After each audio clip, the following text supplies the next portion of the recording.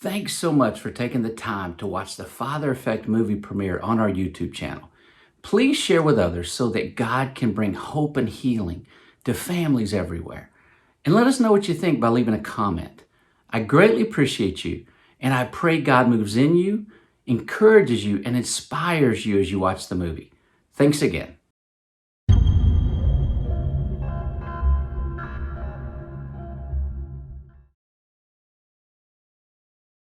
When I grow up, when I grow up, when I grow up, when I grow up, when I grow up, I want to be just like my dad. I want to be just like my dad. I want to be just like my dad. I want to marry a man just like my dad. I want to be just like my dad. When I grow up, I want to be just like my dad. When I grow up, I want to be angry, absent, a drug addict, an alcoholic, physically and verbally abusive, a workaholic, controlling, selfish, unfaithful to my wife, just like my dad. When I grow up, I want to abandon my son, just like my dad. When I grow up, I want to abandon my daughter, just like my dad. When I grow up, I want to be just like my dad. When I grow up, I want to be just like my dad. Just like my dad. Just like my dad. Just like my dad. Just like my dad. My name is John Finch, and this is my story. This isn't just my story, but it is the story of millions in the past and in the present. Our goal in making this film is to help change the story for those living today and for the generations of those yet to come. If someone would have told me a few years ago that I would be the dad and husband I am today, I would have said that's impossible and my life would never change. It's amazing how God steps into our lives, makes the impossible possible, and changes us in ways we can never imagine.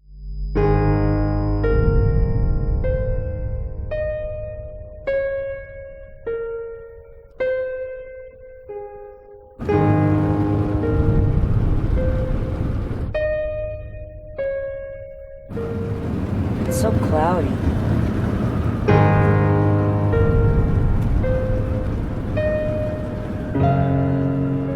I was never prepared to be a father. I had no idea how hard it would be, or how heavy the responsibility would feel. You know, it doesn't seem right to have that much influence over one small life. The way they look up to you, and how easy it is to let them down.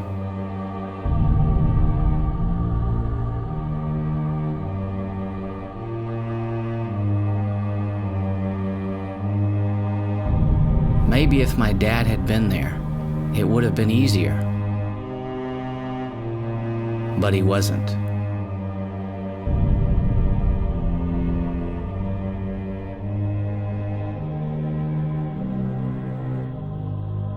I grew up most of my life without a father. I can remember his face, but I can't remember a life with him. The last time I saw him, it was on a school day. He was always gone in the mornings, but for some reason he was able to drop me off that day. He even gave me a kiss.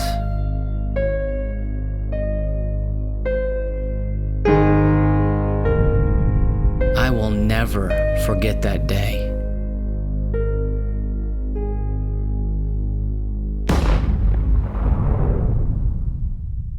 It was so cloudy.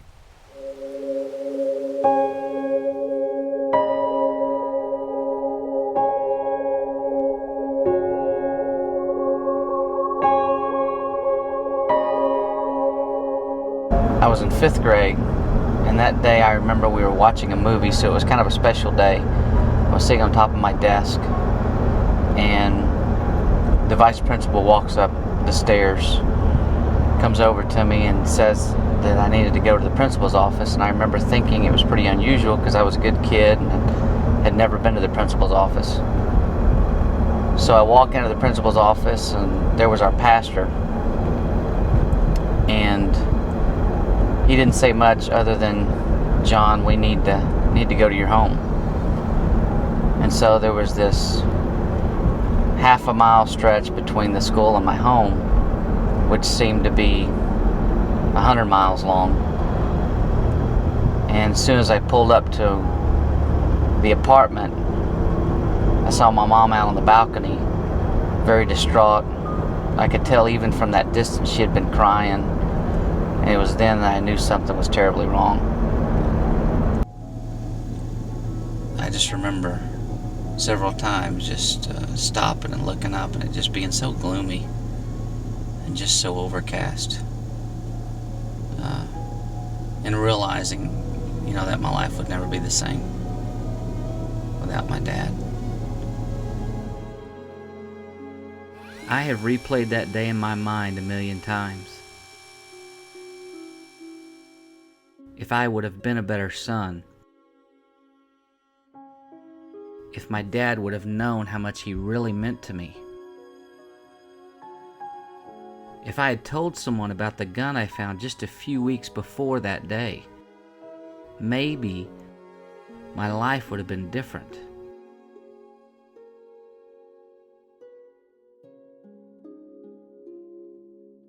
After my dad died, I was lost, bitter, confused, and fearful. I felt inadequate and lacked confidence that I could ever measure up to the expectations of others. Because of my dad's decision to take his own life, I struggled with guilt that it was something I had done, shame because I thought most people were whispering, "There's the boy whose dad killed himself," and I struggled with anger and rejection because my dad chose to leave me. Just a few years ago, my mom was telling me about a conversation we had right after my dad died. She said that she told me I could ask her anything about my father, and she would tell me the truth. She said I responded, "I don't want to know anything about my dad." Seeing friends with their dads really made me feel like I was missing out on something that I should have had. I felt abandoned and deeply betrayed. For many years after my dad died, I had a dream that I saw my dad out somewhere at a grocery store or a gas station, and that he wasn't dead. I think it was just that longing deep down that all this stuff that had happened with my father wasn't true, that he had not really died, that he had not killed himself, that he hadn't committed suicide and left me and my mom and brothers to live on our own. My mom was the most amazing and loving mom anyone could ever ask for. But as much as she wanted and tried to be a father, she could not. She simply didn't know how and didn't have the tools to be a dad. No boy ever knows he's a man until a father tells him. A woman can't tell you. I mean, she can tell you, but it won't make sense to you. And until a father looks you in the eye and says, "I declare you're a man," you will always be trying to find that affirmation. And so until a father says, "You're my son in whom I'm well pleased," you'll always be on a futile search for your identity. Fatherless generation, moms trying their best, feeling guilty that they're not doing enough for their son, so they have to whitewash it and pretend, well, I'm covering the bases for my son, I'm being a father for my son. No. This is called addictive denial. When a society believes that a mother can do the job of an absent father, or a father in any case, that's addiction. And if we don't face up to the truth and say, no woman can bring a boy into manhood, no matter how kind, religious, Christian, gentle, cheerful, brave, clean, and reverent, no woman can bring a boy into manhood. Until we face that, we're not going to face our wound. One of the greatest things that we can tell single moms especially, or moms where the dad's kind of checked out, physically present, but in every other way absent, is you don't have to be dad. You can't be dad. Okay, you get to be mom, right? That little boy or that little girl needs the father influence, and that can come from uncles and coaches and teachers and pastors and mentors and youth leaders. Like, you can find the kind of male influence that you need, but to put that pressure on mom, right, is a crushing load. It's enough to be mom. Like, mom is a full-time job. Mom is all she's got. And if she feels like she's got to be both mom and dad, I mean, it just becomes brutal. It's exhausting. It can't be done, right? And so the first big kind of relief is you don't have to. You don't have to be mom and dad. As I entered high school, I became more bitter and angry, understanding just how much I needed my dad's advice about school, girls, sports, and many other things. As a result, I started drinking to escape, a habit that would prove to be an issue for most of my adult life. I was suffering from a hurt so deeply rooted in me that I needed something to help me cover up the pain and fill the void.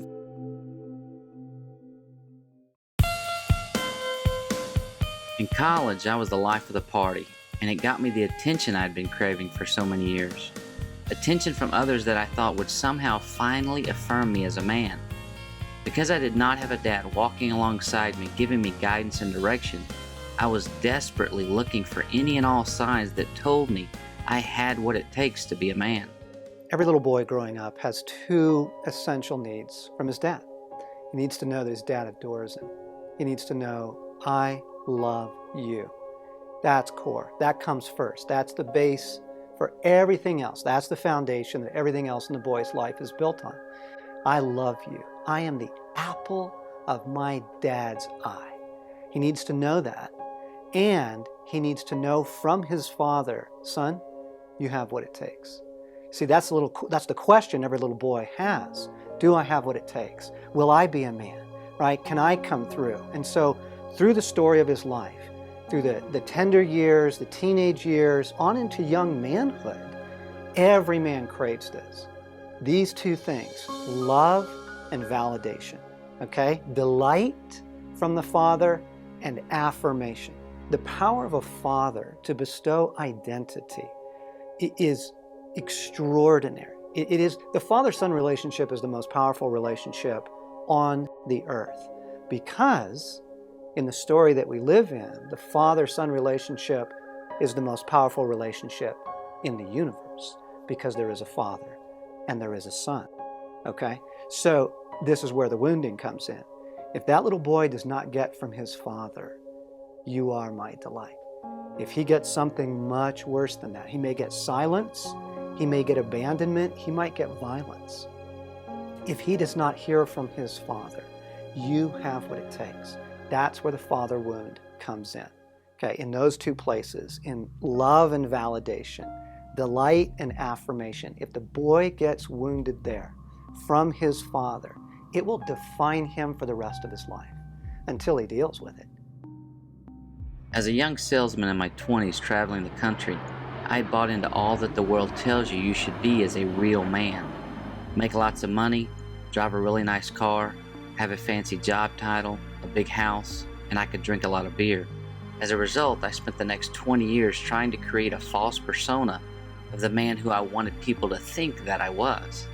I believed the lies that society tells you. I couldn't admit that I had an issue or a struggle because it would make me look weak or somehow less of a man. A lot of men hold their cards close to their chest, so to speak.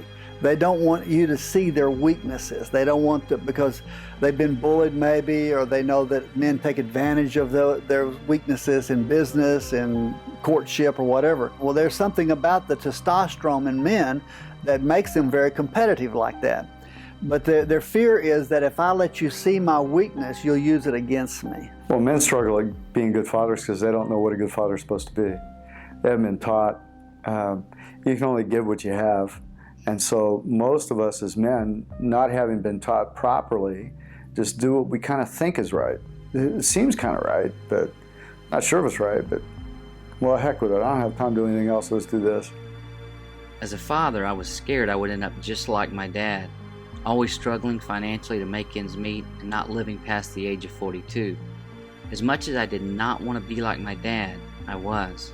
I was selfish, always focused on making money and being successful, and a salesman who spent a lot of time away from home. I was a fraud, and I was living a lie. At home with neighbors and friends, I pretended to be a great husband and father, and I felt as long as I took my wife and kids to church, I was doing a pretty good job as a dad. Because I grew up in church, I knew how to play the game and just what to say. convincing people that I was a good Christian who read his Bible every day. I am not the man that they think I am. That's the first thought that comes into these men. I am not who they think I am. But I'm afraid for them to find out. So because I'm afraid for them to find out the real person, I'm going to control my relationships, and I'm never going to really be vulnerable and transparent. So we learn to live with this goofy church mask on, pretending that everything is okay, when we know it's not. But we can't imagine us really telling the truth, because then we would be exposed, so we start posing. I think that's the culture that most of us find ourselves in the local church. The safest place to fail should be the local church. The safest place to be truthful should be the local church. When in fact, it's the most dangerous place to fail in most cases, and it's the most dangerous place to tell the truth, because the penalty for telling the truth in most churches is you get ostracized. You get labels put on you. So you're 50 years old and you're struggling with porn? What the heck? What are you doing? What's happening? You can't kick this?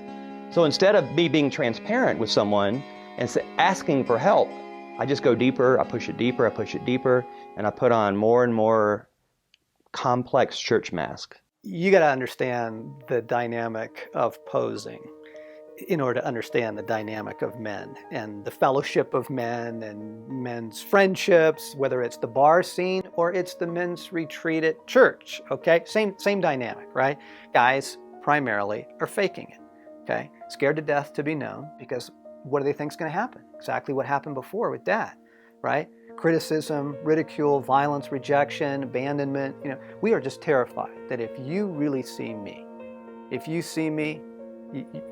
going to laugh, you're going to leave, right? You're going to be appalled. And so guys are like, I'm going to fake it, So if you're a funny guy, you kind of play the funny guy, or if you're the serious spiritual guy, you just kind of play the serious spiritual guy, and you don't get anything like real brotherhood. You don't get anything like genuine fellowship while all this posing is going on. Someone once said, if you want to learn faith, do something you can't do. Most of us men, if we're honest at all about ourselves, we know what we don't have. That's why we try so hard to prove we've got it, because we don't have it. And when it comes to fathering, our hard drive is deficient. The journey towards an authentic masculinity and the journey towards authentic brotherhood involves both a willingness to quit faking it, right? To just go, look, I'm done with the poser. I'm sick of that guy, right? It's the false self. It's the mask I put onto the world, and I'm just sick of it. I'm done with that life. I don't want to be that guy anymore. Setting that stuff down, and also beginning to experience some genuine healing of the inner brokenness, right? That opens up this phenomenal world of friendship and connection and band of brothers that guys crave and is available. And it's available in Christianity like it's available nowhere else. Most men don't know that in God's eyes, they are loved just like they are. And that God already knows our weaknesses. We can't hide them from Him. He already knows about them. But that when we surrender to Him and openly open up our weaknesses before Him and other men, that the Holy Spirit comes in and really does a marvelous work in bonding our hearts together with one another. At age 41, I was providing a great life for my family financially, which is what I believed was my only responsibility as a dad. Money becomes an idol, becomes a symbol of success. It's not a measure of success. So that's something men can do with or without God. They can make money. And in our society, if you make money, it proves to some that you are successful, significant, all that kind of stuff. The problem with, as every rich man will tell you, you never get enough, and it never satisfies that need for significance. I spent thousands of dollars at restaurants I never dreamed I would be going to as a kid who grew up in government-assisted housing. I had created a pretty chaotic life for myself, but in my mind, I had finally reached the pinnacle of success. Most of my life, I lived with the feeling that I had to prove to a world that didn't even know it needed proof, and to my dad, who had been dead for many years, that I could make it on my own. Misguided, inadequate, and unprepared as a man, husband, and father, I struggled at all the things that should have mattered most, but they didn't. But the things that are important to them as dads in parenting aren't important to their kids. Because when I ask kids to tell me about their dads, they never tell me what their dads do for a job. They never tell me, what kind of a house they live in. They tell me if their dad yells at them or not. They tell me if their dad laughs. They tell me if their dad's fun to be with. They tell me stories about things they did with their dads. They tell me about living life next to their dads. That's the big stuff to our kids. And once dads get tuned into that, then they're going to really be unafraid of in their parenting. And that's my hope and prayer for every dad out there and for our country, really.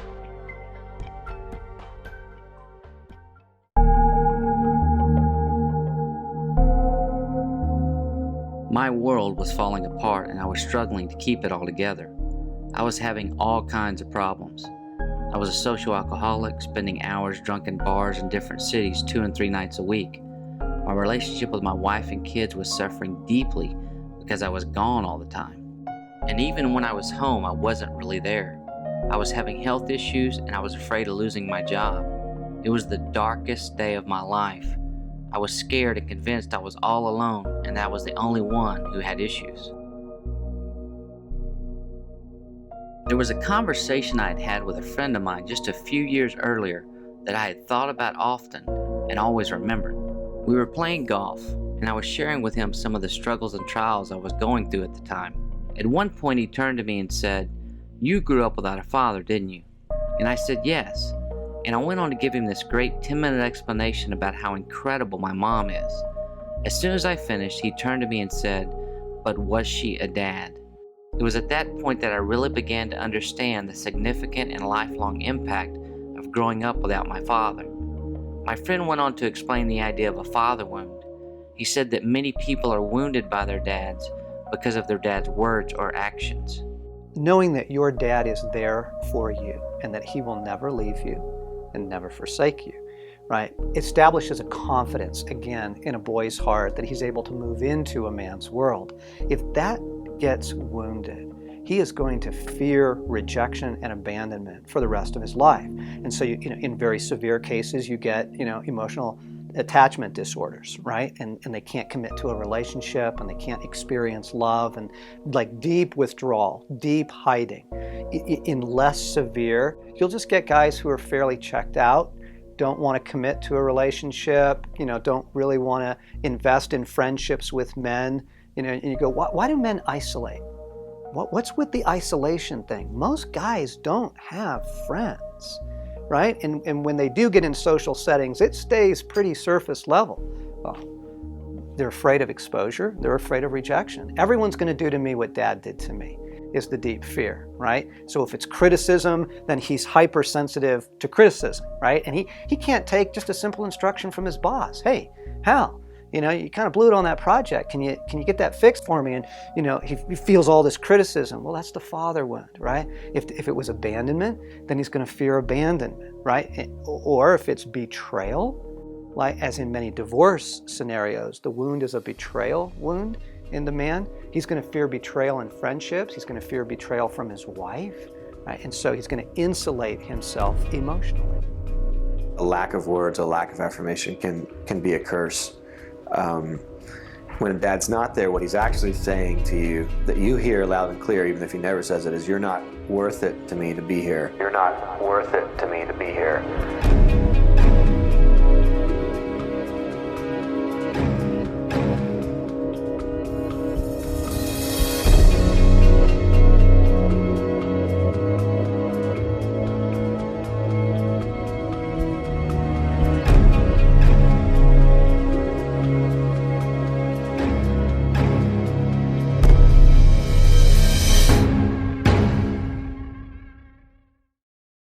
Because my dad chose to abandon me, I was very bitter, angry, and resentful, and it was impacting every aspect of my life. I knew I needed to change, but I did not want to face this monster in the mirror that I had created. I didn't want to deal with all the guilt, shame, unworthiness, and fear because of all the things I had done and the mistakes I had made as a husband and a father. I drove away from the golf course that day feeling an incredible sense of relief that I wasn't weird or abnormal because of all the things I had been struggling with. It was as if I had been walking around for years with a nameless, unidentified disease no doctor could cure. This idea of a father wound made sense to me. You recognize you got a wound, and you go to a doctor. Now for a man, it might mean to go to a counselor, Christian counselor. It would certainly mean at some point talking to another man, at least one of them, maybe better, a platoon of men. I had a friend who recommended a counselor named Dr. Tom, and he guided me into a past I knew I could not go through by myself. After years of being angry, I struggled to talk about my dad and the pain of what he had done. And oftentimes the emotion, and this was true with you, is just below the surface. But all I have to do is ask one or two questions, and here are the tears, and here's the pain. We talked about my dad and the memories I had of my life with and without him. I had no idea my behavior was a direct result of my dad and my feelings of abandonment. And the angry 11-year-old boy that still lived within me and who did not want to know anything about his dad soon became a man with a never-ending desire to know and hear more stories about him. I started to think about a lot of the things with my dad, and just wanting to know, the curiosity of wanting to know what kind of man he was, what kind of boy he was, to know about his life.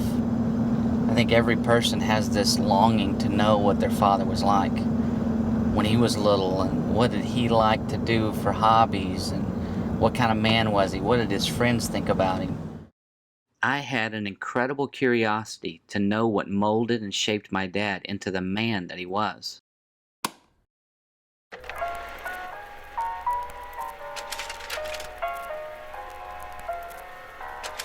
My dad grew up in Millington, Tennessee. His dad died from pneumonia when he was 9, and he was raised mostly by his grandmother. His mom worked during the day as a telephone operator and spent most nights going out. She married a total of 5 times, giving my dad little stability and a father figure. As a boy, he lived right down the street from my mom's family and became best friends with her younger brother. As a young teenager, his mom married her 5th husband, who moved the family to Louisiana. My dad then faced head-on the reality that his mom cared more about men than him. Abandoning him at the age of 16 in New Orleans to live on his own, his mom left with her new husband, who drove an 18-wheeler. Determined to make it on his own, he lived by himself over a bowling alley where he worked at night. He would get up early every morning before school to hunt for scrap metal that he would sell in order to have lunch money that day. After high school, with the support and encouragement of his coach, he received a football scholarship to Arkansas A&M, which was just a few hours' drive from his hometown in Millington. When visiting his childhood friend one weekend, he found out my mom was still single. Wasting no time, he asked her out and they began dating. Every spare day between his busy school and football schedule was spent hitchhiking back and forth to see her in Millington. Not wanting to continue the long-distance relationship, they married and they were soon raising 3 boys. With the entrepreneurial spirit he learned on the streets as a young man and his desire to be successful, he opened a tire store. By all accounts, he was a brilliant businessman and salesman, eventually turning the one store into 4. Gone most of the time, he was doing the best he knew how to provide for his family. Somewhere along the way, he befriended a couple of guys who talked him into making some quick, easy money. Unfortunately, my dad never seemed to quite get away from the fast money lifestyle, frequently getting into financial troubles and writing bad checks to bail his way out. He began running a counterfeiting operation and was eventually arrested as he stepped off a plane one day returning from a trip. He decided to turn state's witness and as a result, spent less than a year in prison. When he was released, the FBI approached him with the news that out of 4 men on a hit list, he was the only one still alive.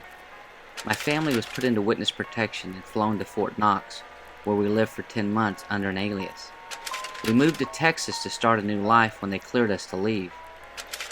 On April 10th, 1979, my dad's lawyer told him he was headed back to prison following his court date scheduled for that afternoon. My dad told my mom many times he would never go back to prison.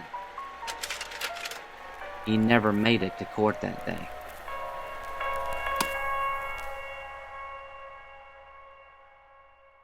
For 30 years, I had thought I was the only one who struggled with this issue and that I was all alone. As I began to share my story and hear the stories of many others, I soon realized that there are millions of people who suffer from a father wound, and it was an epidemic that was much bigger than I ever imagined.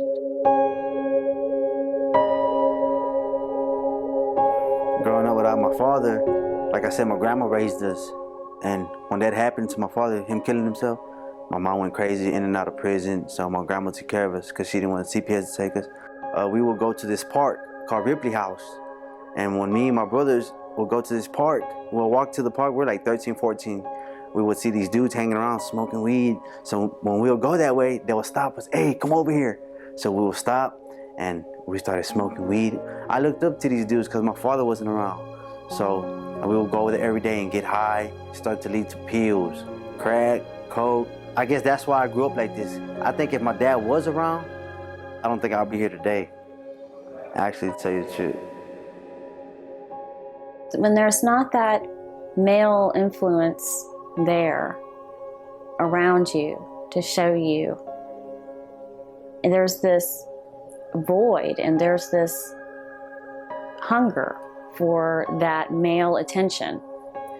And I definitely needed that and wanted that in my life. I wish my dad, in a broad stroke, would have showed me how to be a man, what it meant to just be a respectable man, how to respect myself, how to deal with women, how to treat women. I wish he would have taught me not to curse, not to use profanity. I was real good at it by the time I was in 4th grade. I wish he would have taught me self-control. All the things that I know now that I so want to teach my kids, I wish my dad would have taught me. It's related to the abandonment. It was related to the sense that I took on as damaged goods. Okay? If my dad isn't here caring for me, there's something inherently wrong with me. So I took that with me into the beginning of addiction. I can honestly tell you, I don't remember a time early on that I was doing it for party's sake. The instant that it hit my system, I was like, I'm home. I don't feel nothing but good. And all those voices and all that inadequacy, all the shame, all the invisibility, all those things were gone. They were gone. So it became my quest, in a sense, to make sure I stayed in a state of numbness, however that figured into the equation, so I could continue to feel like those things that hurt so bad were pushed down so far that I could have some semblance of freedom.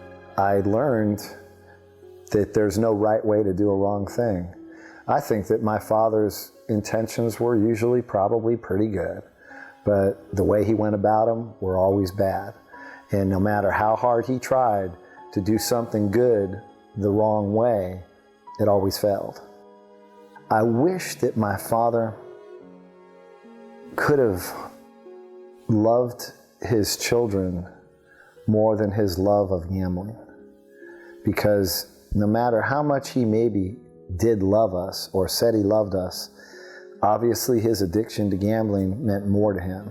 And I would imagine there's other people that could relate to that addictive behavior, be it alcohol, drugs, gambling, or whatever addictive behavior there is in their family, that it just was the most important thing in his life, was getting another dollar to make another bet. I mean, there are a lot of things that I knew very surface level, that now that he's not here and I'm older, I wish he'd have told me back then so I could actually relate to him, because now I'm here and I have no idea. I mean, I can't get that back, because he's a pretty amazing man, but sad I didn't know that about him until he was gone. You know, I was promiscuous at an early age, drank at an early age, always searching for affirmation, needing affirmation, not understanding that, you know, you aren't good enough, because when your father, especially I would say a father, abandons you, you feel unloved. I just don't understand how you can know that you have a child in this world that you have nothing to do with. One day as I was sitting in Dr. Tom's office, God revealed a question to me. How could I be so angry, bitter, and resentful towards a man who didn't know how to be a father? I knew my dad had grown up without a father, but I didn't truly understand it until that day. That's the last step in healing, is to recognize that your dad didn't give you what you needed because he never got it. He never had it to give. So you got to forgive your dad. You got to pray, Jesus, show me my dad the way you see him. You got to have a box of Kleenex on hand. I always say, a little boy cries from his father's wounds. Dad hurt you, you cry. A real man cries for his father's wounds.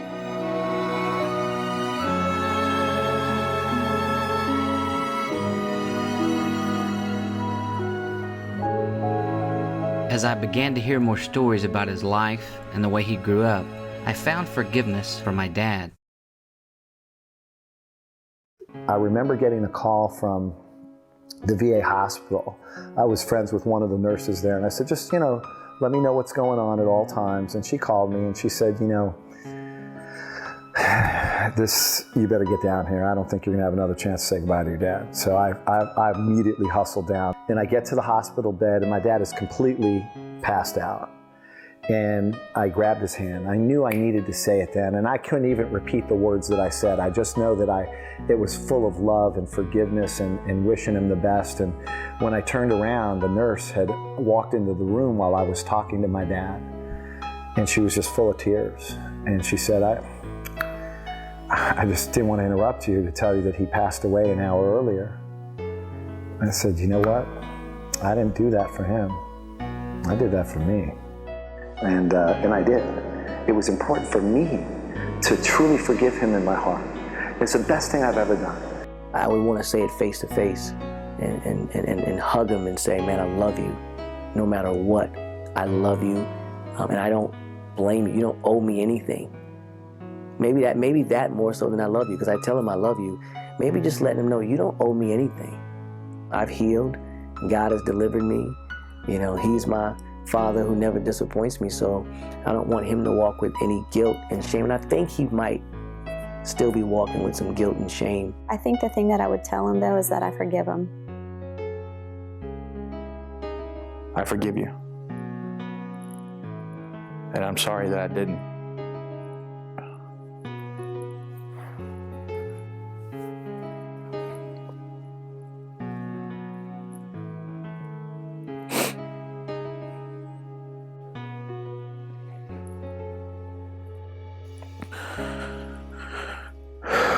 I'm sorry I didn't when you were here.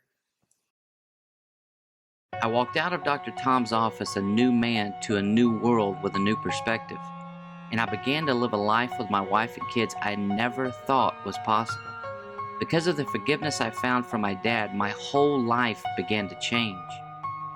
And the more I talked with others, the more God was teaching me about how I could be a better dad. I was inspired by Neil Jeffrey as he told me stories about his hero. My dad was truly, as most boys see in the dead, he was my hero. God planted what Isaiah kind of talks about in the book of Isaiah, a giant oak tree of righteousness right smack dab in the middle of my house. That was my dad. He always prayed for us. And he'd in fact, hundreds of ball games, my dad, before the game, hey son, let's have a pregame prayer. We'd huddle up. After the game, win or lose. And sometimes, I remember I had some tough losses. Dad would say, hey, we're going to have a Thanksgiving prayer. And just thank the Lord. And we'd huddle up and we'd pray. He'd write me a letter. My dad was a little writer. He always referred to me as honorable number one son, because I was his first son. Dear honorable number one son. This is handwritten now. Just wanted you to know I mentioned your name to the Father this morning. Love, Daddy. He loved us. And in the tough times of life, he just he spoke truth into us. And he just, by his life, we just saw, this is how a man does life. How does a man love a woman? Well, every boy needs to know that. I know how it ought to be done because I had a man who did it, and I watched him do it. I watched him love my mom. And I realized, you know what? I want to be like my dad, who did life well. His marriage was good. Wasn't perfect, but it was a good, strong marriage, and he loved my mom, honored my mom until the day he died, raised us kids. And you know what? I realized that's who I want to be, is how I want to live my life. And it makes me realize every day, I want to live my life in such a way as a dad that when my son passes my life, I pray he sees something in me. He wants to be just like his dad. Well, my girls have been raised in such a way by me, and see me treat their mom in such a way that those girls feel like, you know what, I'm not going to settle for any man unless he's like my dad and treats me the way I've seen my dad treat my mom.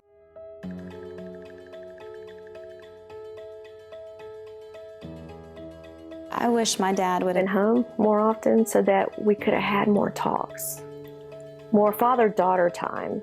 I wish he told me that he loved me. I wish he would have showed me how to love my wife and how to raise my children.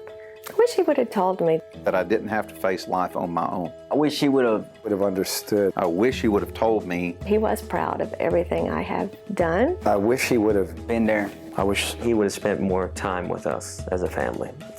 Instead of him being passionately in pursuit of his desire to be successful. I wish my dad would have told me if I didn't accomplish something or another, that he was proud that I tried, that I got out there and tried. I wish he told me how to be a father. I wish he would have fought harder for my mom.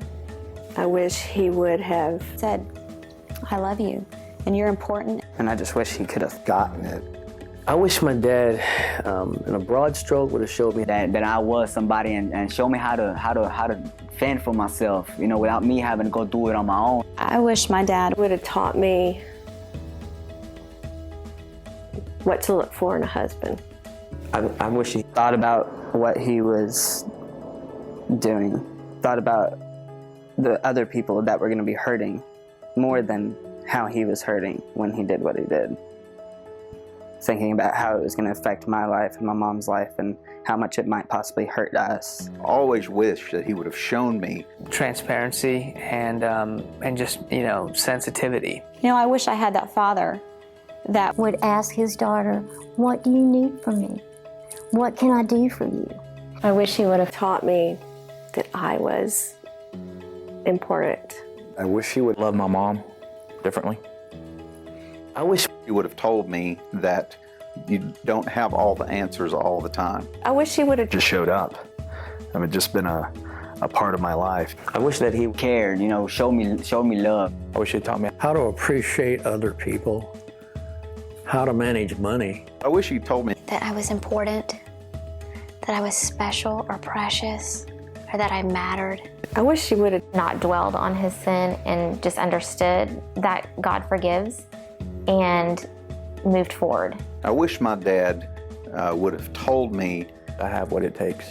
I wish that when, you know, the man came to pick me up for a date at 16 years old, or the boy I should say, that my father was at the door with a shotgun going, you better not mess with my daughter, you know, or I'm gonna mess with you.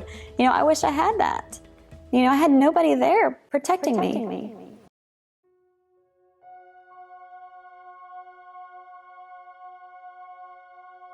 Because of the disconnect, the distance between me and my dad emotionally, spiritually, I didn't really have that with God. I didn't even know it was possible. So whenever the word father was spoken, my mind would go right to my father. So I could not separate the two. So the first time a pastor or a preacher or anyone suggests to say, I love you, Father, was weird. Couldn't say it. I literally could not get the words out of my mouth. I had to force the words out. And after I said it, I had to think about what I just said. But it did not make sense to me. I couldn't make the connection that I could actually say and mean that I love you, Father, because of the bitterness that I had towards the person who played the role of the father in my life. I just found God to be somewhere out there, somewhere. No one that was personal, no one that was there really. And, you know, that's kind of how I viewed my dad for a long time, you know, because he wasn't He wasn't near to me. He was living in another city. God was there. It's just that he was far away, like my dad was. He just continued to show love, and that was the thing. It was really this, that I'm for you. Whenever I heard the gospel presented of, hey, there is a God that wants to have a relationship with you. It just, just like my earthly father. That's what I saw, is that no matter what we had done, I just knew his love wasn't going to stop. I was following my dad, and I ended up following who he was following, which was Jesus. As a father with 3 girls, I sat amazed as I listened to Dr. Meg Meeker talk about a dad's impact on his daughters. Girls bond through talking and through listening. And so how dads speak is very important to daughters because we become intimate with people by talking. Your daughters need you. They need your person. They need your touch. They need your time. They need your feelings. They need to hear you talk about anything. What are your opinions about things? What do you think about the president? What do you think about God? They need to see who you are as a person. And the only way you can do that is through spending time with them. If a daughter knows that she has her dad's love, life makes sense. If she doesn't know she has dad's love, life doesn't make sense. And there really is a dad hole in every daughter's heart. And if a daughter doesn't have that hole filled with her dad, she will look anywhere to get it filled. And one of the most common things that I see is adolescent girls turning to boys for attention, for love, for affection, even just to be touched. Girls will do anything just to be touched and to feel loved by a boy. And they'll have sex with any boy. Even though they may not like it, they will do it because for that moment, they feel that a man loves them.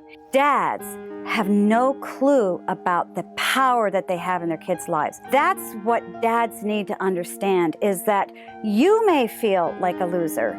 You may feel like you're not earning enough money. You may not feel strong enough, smart enough, athletic enough. Your kids aren't thinking about that, particularly your daughters. They could care less. To them, you're enormous in their eyes. It's very interesting. We're finding now that even girls who are the product, if you will, of sperm donors, who were raised by a single mom, literally didn't have a dad, are going now and trying to find who that man was who donated sperm. You see, there's that tie, that bind that is so strong that they will seek out a stranger to identify him as dad. That's why I call it a primal need. It's a primal drive that all girls have.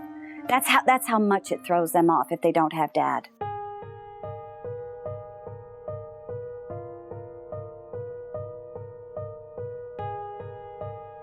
I've been married 4 times. I think you don't trust them. And so it goes back to you trying to do everything you think you should do to keep them, not being yourself even, becoming someone else to keep them so you don't lose that love. I kind of went towards a father figure. I was looking for a dad that would pay attention to me. I was looking so hard for security, for somebody to love me and not leave me. They're going to leave me. I'm not worthy to be with a man. They don't care about me enough to stay around. I used sex to get love. I chose someone just like my dad. The reason girls tend to marry somebody with very similar characteristics as their father is because they get so used to relating to a man they love in a certain way, and they don't know another way to do it, and it's subconscious, and so they just fold themselves back into that type of relationship because it's familiar. It's so deeply rooted in them. And that's why, many girls who have been abused as youngsters by their dad end up marrying abusers because that's all they know. You get a little girl that's broken, doesn't know she's loved, doesn't know that, she's beautiful and that she will be chosen. She will give herself, right, in order to try and get that father love, try and get that assurance that she didn't get growing up. You get a dad who's blessing his daughter, right? She's going to know what kind of man to look for. She's going to know what to hold out for in a man. She's not going to settle for some broken poser, right? She's going to wait for a good man who's going to love her well. Recognizing and coming to terms with my own father wound also made me think about how I had wounded my own children. I knew I couldn't do anything about the past, but I could do something about the present and the future.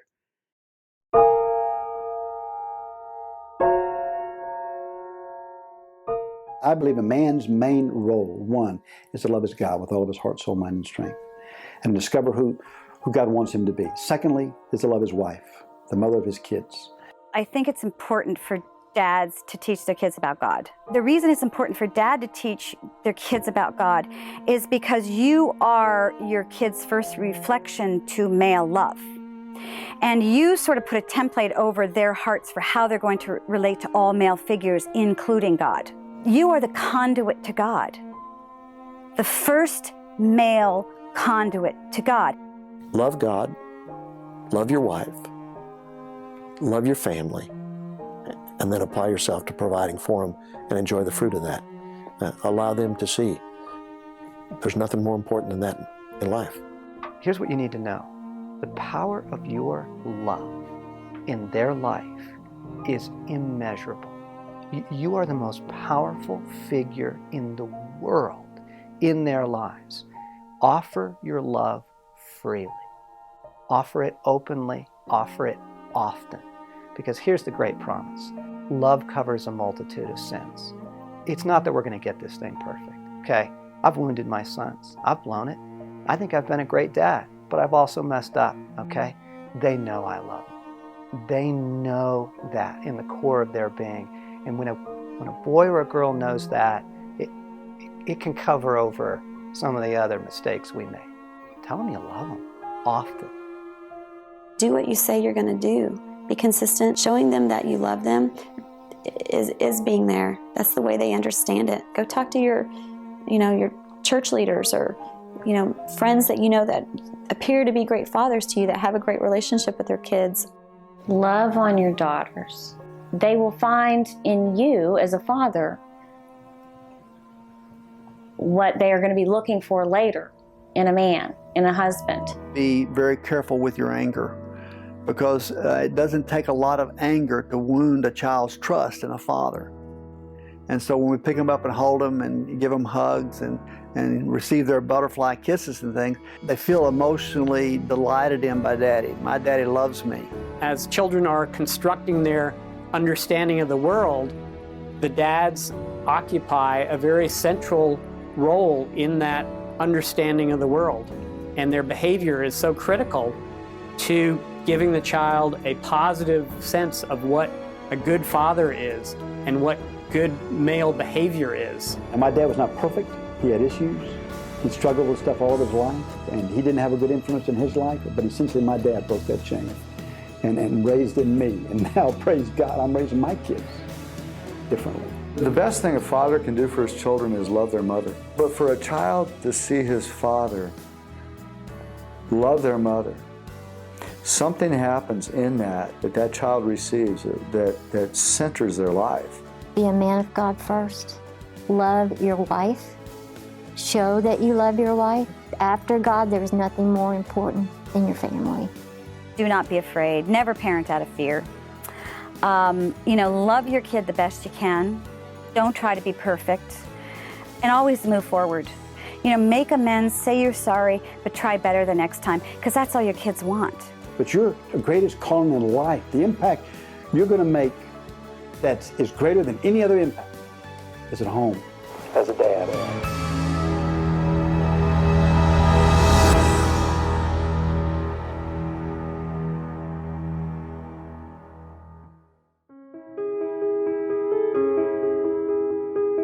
I have heard it said that a father can impact hundreds of generations of those who come after him. I still make mistakes, but I believe that now I make less of them because I walk in daily awareness of my words and actions and how they impact my children. I am not now, nor will I ever be the perfect father, but I am doing my best every day to become a better father. On that cold day in February 2009, I took a step on the journey to find forgiveness from my dad. I had to admit that I had a father wound, ask for help, seek counsel, find healing, and most importantly, forgive. Forgiveness is a powerful thing. It freed me from the chains of anger, bitterness, and resentment. It relieved the burden of guilt, shame, and unworthiness that I carried most of my life.